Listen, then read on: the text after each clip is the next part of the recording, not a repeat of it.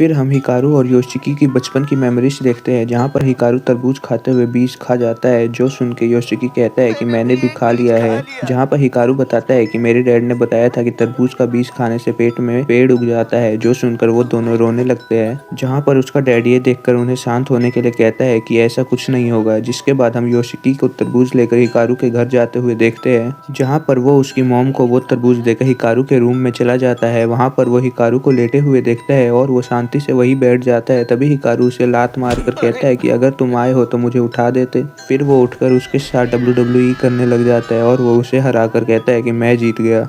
वैसे क्या तुम हमारे लिए कुछ लेकर आए हो? जहाँ पर योशिकी बताता है कि मैं तरबूज लेकर आया हूँ, जो हमें एक रिश्तेदार ने दिया था। जो सुनकर हिकारू खुश हो जाता है, तुम्हें पता है ना कि मुझे तरबूज बहुत पसंद है।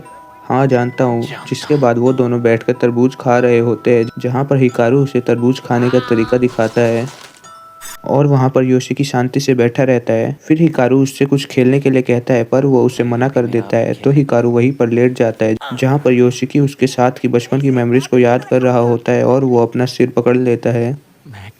जहाँ पर हिकारू कहता है कि जानते हो, तुम्हारे साथ वक्त का पता ही नहीं चलता है योशिकी। मैं बस तुम्हें अपने दिल की बात बताना चाहता जो मैंने बता दी। जहाँ पर योशिकी कहता है कि काश मैंने भी अपने दिल की बात कह दी होती। जिसके थोड़ी देर बाद योशिकी खड़ा होकर अपनी और हिकारू की एक पिक्चर को देख रहा होता है, जिसमें उसके डैड भी साथ में थे। फिर वो सोचता है कि ये उस समय की बात है जब हिकारू के फादर की डेथ हुई थी। वो उस पहाड़ पे गए थे जिस पे जाना सबको मना था और उसी के कुछ समय बाद हिकारू भी गया था। ये सभी बातें सोच कर उसे उल्टी आ जाती है। जिसके बाद योशिकी हिकारू के पास आकर बैठ जाता है और थोड़ी देर सोचने के बाद वो उस लेडी को मैसेज कर देता है। तभी हिकारू की मॉम उसे बुला लेती है, जहाँ पर उसके फ़ोन पर नोटिफिकेशन आता है, जिसकी आवाज़ से हिकारू उठ जाता है और वो देखता है कि कुरुबयाशी नाम की लेडी का मैसेज आया है, जो देखकर वो उसी बारे में सोचने लगता है।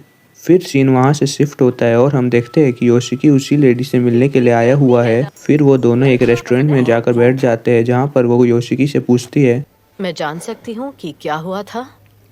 तो वो उसे पूरी स्टोरी बता देता है, जो बताने के बाद वो उदास होकर रोने लगता है। जहाँ पर वो उसे सब कुछ ठीक से बताने के लिए उसे अप्रिशिएट करती है। फिर वो कहती है कि लेकिन तुम्हें खुद को संभालना होगा। अगर हमें कोई सजा दे भी देगा तो उससे बस हमारा दिल हल्का होगा। मुर्दा लोगों को उससे कोई फर्क नहीं पड़ेगा। जो लोग हमसे बिछड़ जाते हैं, पता नहीं क्यों, पर हम पागलपन की हद तक उनसे जुड़े रहते हैं। जहाँ पर वो बोलती है कि लगता है कि मैंने कुछ ज़्यादा ही बोल दिया। मेरा मतलब था कि वो तुम्हारे इतने क्लोज था कि अब लगता है कि वो तुम्हारा एक हिस्सा बन गया है। फिर वो कहती है कि अब मेन टॉपिक पे आते हैं। क्या तुमने गौर किया, यहाँ का माहौल अब पहले जैसा नहीं रहा।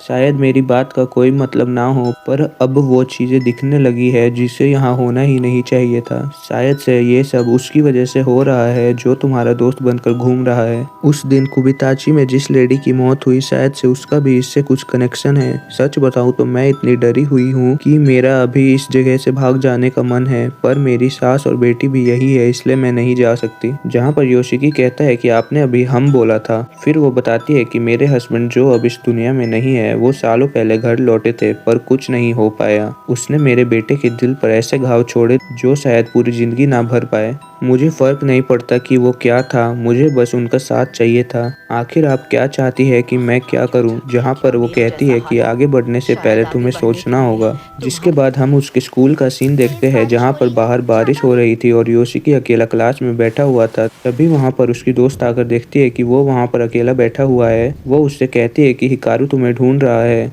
अगर फिर मिला तो उससे कहना वो घर चला जाए। जिसके बाद वो वही बैठकर हिकारू के बारे में सोच रहा होता है। फिर वो सभी स्ट्रेंज चीज़ों के बारे में भी सोचने लगता है। इसका मतलब वो मुझे मार सकता था।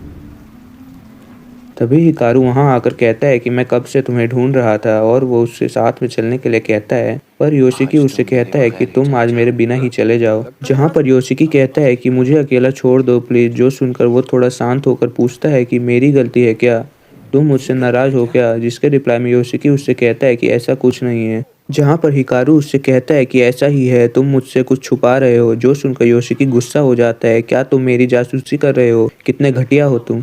जहाँ पर हिकारू कहता है कि कुछ दिन पहले तुम शहर में क्या कर रहे थे और तुम किसी अननोन पर्सन को मैसेज क्यों कर रहे थे, पहले तो तुम मुझे सब बताते थे। जो सुनकर योशिकी कहता है कि तुम उन दिनों की बात तो ऐसे कर रहे हो जैसे तुमने उन्हें खुद जिया हो। जो सुनकर हिकारू कुछ टाइम के लिए साइलेंट हो जाता है। फिर वो योशिकी का हाथ पकड़ लेता है और उसमें से नेगेटिव एनर्जी आने लगती है उसी क्रिएचर की, और वो कहता है कि तो ये बात है कि मैं उतना काबिल नहीं हूँ। जिसके रिप्लाई में योशिकी रोते हुए कहता है कि हाँ नहीं हो, तुम्हारे पास उसका शरीर है, उसका चेहरा है और तुम बिल्कुल उसकी तरह लगते हो, पर तुम हिकारू नहीं हो। और वो उसका हाथ और जोर से पकड़ लेता है। वो कहता है कि मुझे तुम्हारी जरूरत है योशिकी। मुझे तुम्हारी जरूरत है योशिकी। फिर वो क्रिएचर उसकी बॉडी से निकलकर योशिकी को कवर करने लगता है और वो उसके अंदर जाने लगता है। तभी वो होश में आ जाता है और वो क्रिएचर वापस हिकारू के अंदर चला जाता है। ये कैसे हो सकता जहाँ पर हिकारू वहाँ से जाते हुए कहता है कि मुझसे नफरत मत करना। करना? जिसके बाद योशिकी अपने घर पर आकर बेड पर लेटकर उसी बारे में सोचने लगता है। फिर सीन अगले दिन स्कूल में शिफ्ट होता है, जहाँ पर उसकी दोस्त आकर उससे पूछती है कि तुम्हारे और हिकारू के बीच कुछ हुआ है क्या? अगर हुआ है तो तुम उससे जल्द ही सुलह कर लेना। वैसे भी वो आजकल तुमसे कुछ ज्यादा ही अटैच हो गया है, बिल्कुल जैसे एक बच्चा अपनी माँ से हो। फिर योशिकी उनसे कहता है कि अब मुझे जाना होगा और वो साइकिल लेकर हिकारू के घर चला जाता है, जहाँ पर वो ब्लैंकेट ओढ़कर अकेला बैठा हुआ था। मुझे कल के लिए माफ करना। आखिर तुम मुझसे माफ़ी क्यों मांग रहे हो? तुम मुझे माफ़ कर देना। और वो रोते हुए कहता है कि तुम किसी से भी बात करते हो, मुझे उससे कोई फ़र्क नहीं पड़ता, तुम बस मुझसे नाराज़ मत होना। मुझे पता है कि मैं तुम्हारे दोस्त के शरीर का इस्तेमाल कर रहा हूँ, जो कि गलत है। जहाँ पर योशिकी कहता है कि हाँ, मैं देख सकता हूँ तुम अंदर से कितने अकेले हो। उसकी बात सुनकर हिकारू कहता है कि तो अकेला होना इसे ही कहते हैं क्या? मुझे नहीं पता, शायद हिकारू को ये पता ही नहीं है।